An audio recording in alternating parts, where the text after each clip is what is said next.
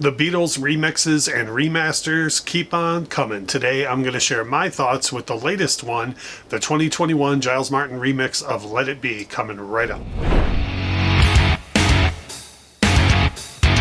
Hey, it's Russ from the Infectious Groove Podcast and Vinyl Channel. If this is your first time on the channel, please go ahead and hit the subscribe button below and drop a like on the video as well if you like some of the things I have to say about this particular release. If you don't, I would love to hear from you anyways in the comment section below. That is as much fun for me as this whole channel as anything else, is getting involved in the discussions below. Also, if you want somewhere else to discuss vinyl and music in general with everybody, there's a link in the description below for our vinyl Facebook group, so you can hit that and apply to there, and we'll get you approved and into the group. As far as these Beatle re-releases go for the past 5, 6, 7 years or so, I've been very picky about them because I love the Beatles, but I'm not as in-depth of a Beatles fan as a lot of other folks that I know. Obviously, immensely passionate fan base, and there are people who know the ins and outs of every single recording the Beatles ever made, let alone what ended up on the final LPs of the original releases. So for me, these releases have been more fun to listen to, maybe not essential, maybe not something where I notice a huge difference. And that's where, for me, the 2021 version of Let It Be comes into play. Now, my personal favorite Beatles album is the White Album. So with that release, I went a lot more in depth than I have with Sgt. Pepper, with this one here, with Let It Be, or even really anything else that might be coming out. At the time of the shooting of this video, Let It Be is the latest one.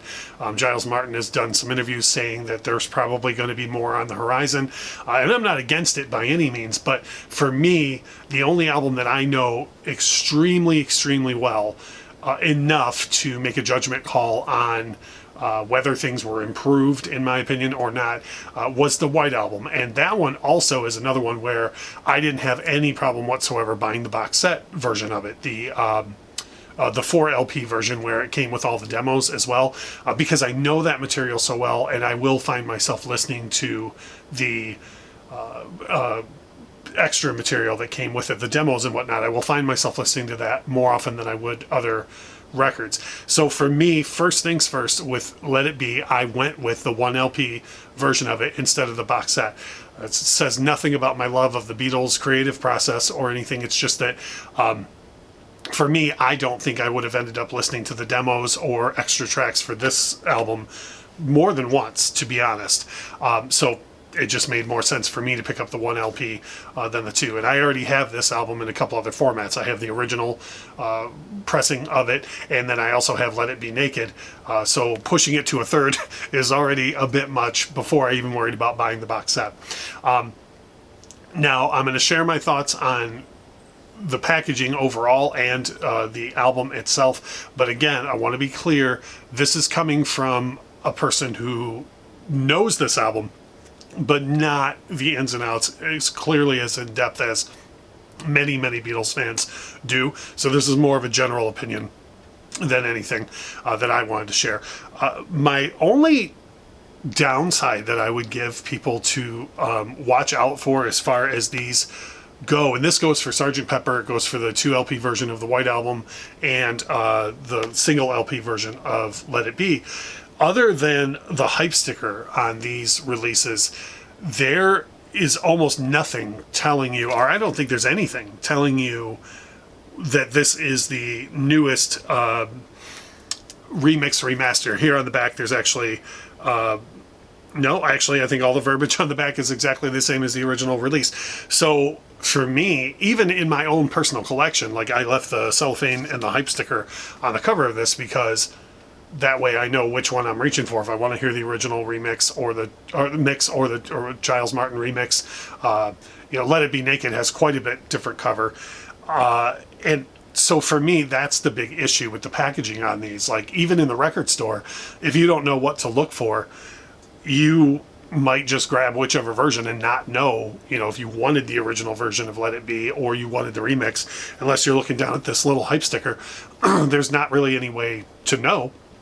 So that is a little bit of a disappointment that I have. And the reason why I bring that out is because, like, with the White Album, there was no way to keep that in the cellophane because it's a gatefold, right? So when I go over to pick, you know, which version of the White Album I want to hear, I have to figure out, like, you know, which one is the Giles Martin remix. So that's just an observation of mine that I wish there was some difference in the packaging, maybe like they did Let It Be Naked, like to where it's different enough to where you can, you know, spot it even across the record store or in your own collection and know which one's which.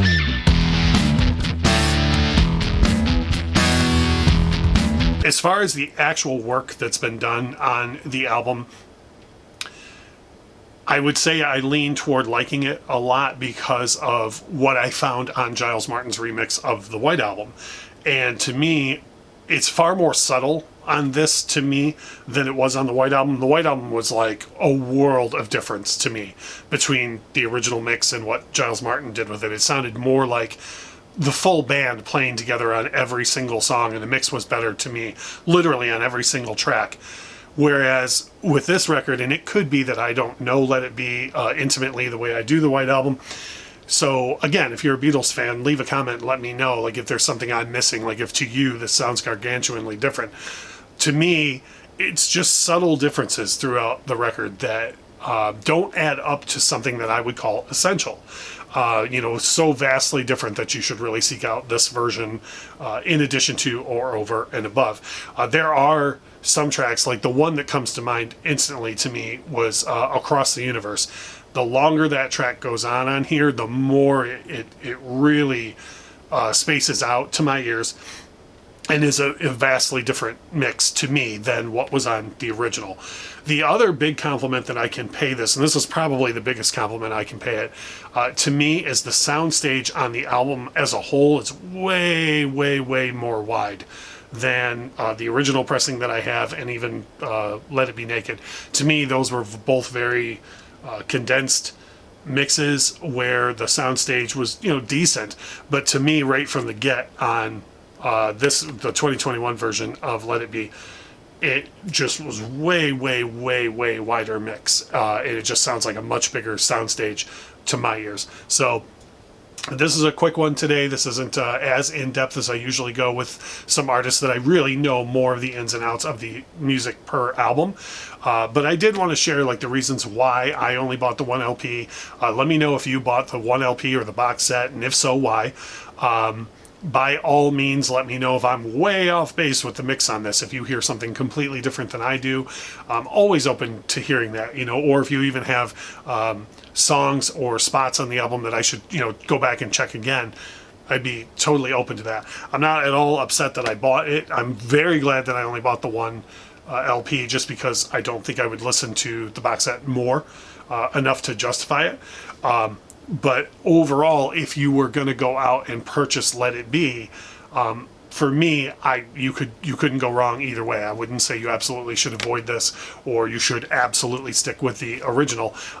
But back to my big detractor is you got to make sure of what you're getting. If you do have a preference, you got to make sure to check that hype sticker and look to see which one you're getting. So, like I said at the beginning of the video, if this is your first time here, please go ahead and hit the subscribe button. If you're a Beatles fan or not, and you just like the content in general, hitting the like button helps out a lot. But to me, what matters more than anything is the comment section. So please drop me a comment below so we can discuss any of the things that I brought up here. But like I always say in these videos, thank you so much for watching.